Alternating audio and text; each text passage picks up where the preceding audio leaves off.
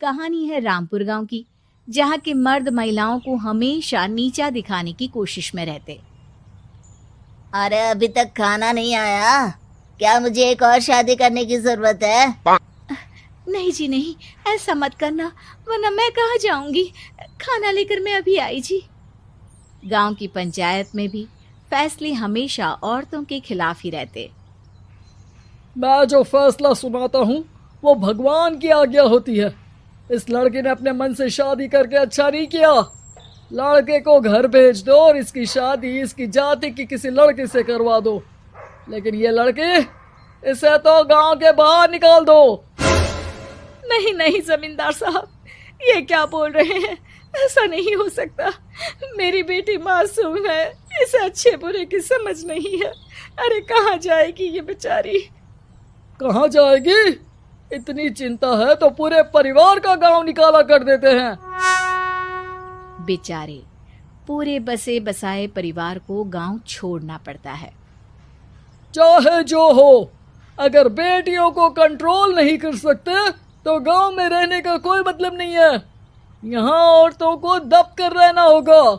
कोई भी अपने हिसाब से कुछ नहीं कर सकता, सब ईश्वर की मर्जी से ही होगा। तभी गांव का एक आदमी दौड़ा दौड़ा आता है। सरपंच साहब, जमींदार साहब, वो कालिया है ना, उसकी बेटी पढ़ने के लिए शहर जा रही है। अच्छा, ये कब हो गया? और कालिया की हिम्मत कैसे हो गई ऐसा करने की? लेकर आओ उसे और उसकी बेटी को। बस फिर क्या था, हाजिर हो जाते हैं कालिया और उसकी बेटी सरपंच के सामने। अरे कालिया, ये क्या सुनने में आ रहा है? बेटी को इंजीनियर बना रहा है तू? और ये बता, गांव में तो स्कूल नहीं है, फिर कहां से इतनी क्लास पास कर गई तेरी बेटी? राधा, जो कि कालिया की बेटी है, उसे लगता है कि सरपंच उसकी तारीफ कर रहे हैं। सरपंच जी, मैंने ऑनलाइन पढ़ाई की है, डिस्टेंस लर्निंग से। सभी में मैंने अच्छे नंबर पाए हैं, जिसे देखते हुए शहर की इंजीनियरिंग कॉलेज में मुझे स्कॉलरशिप मिली है। वाह जी वाह, क्या होती है ये? पहले तो ये बताओ, फिर आगे की बात करते हैं। पूरा गांव राधा की बात सुन रहा था और राधा बोलती जा रही थी। तो ऐसे मैं फ्री में एक अच्छी शिक्षा लेकर गांव में जो कुछ परेशानियां हैं, जैसे बिजली, पानी और इंटरनेट जैसी समस्याओं के लिए काम करूंगी। मैं गांव को शहर से जोड़ने के लिए पुल का निर्माण करवाने का प्रस्ताव रखूंगी। मुझे पूरी उम्मीद है कि जल्द ही हमारा गांव भी तरक्की की राह पर चल पड़ेगा। राधा की बात सुनकर सारे गांव वाले ताली बजाने लगते हैं। सरपंच को समझ नहीं आता कि वो क्या करे। चुप रह नादान लड़की, गांव के खिलाफ जाने के लिए तुझे गांव से बेदखल कर दिया जाएगा, वो भी पूरे परिवार के साथ। और हाँ, अगर ठीक से गांव में रहना चाहती है तो ये पढ़ाई लिखाई छोड़ दे। हम तेरे लिए गांव का कोई होनहार लड़का देखेंगे। तभी गांव का एक आदमी बोल पड़ता है।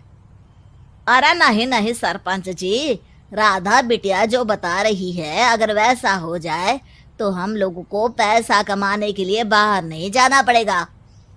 हाँ जी, और ना ही कोसों दूर पानी के लिए भटकना पड़ेगा। हमारे बच्चे भी अच्छी पढ़ाई कर सकेंगे और आगे बढ़ेंगे, ना कि हमारी तरह खेती करते बैठेंगे। क्यों गांव वालों, राधा बिटिया का साथ देना चाहिए ना। सरपंच देखता है कि गांव राधा के साथ है तो वो चुप हो जाता है। वो घर आकर अपने सलाहकार से बात करता है, जो बहुत ही चालाक किस्म का इंसान होता है।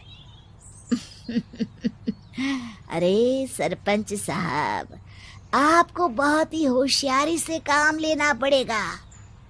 एक बार गांव तरक्की कर गया, यहाँ के बालक पढ़ लिए तो कोई ना पूछेगा आपको।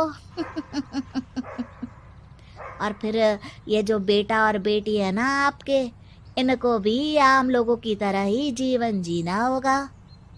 हाँ, लेकिन करे तो क्या करे? वो ना आप मुझ पर छोड़ दीजिए, बस मैं जैसा बोलूं करते जाइए।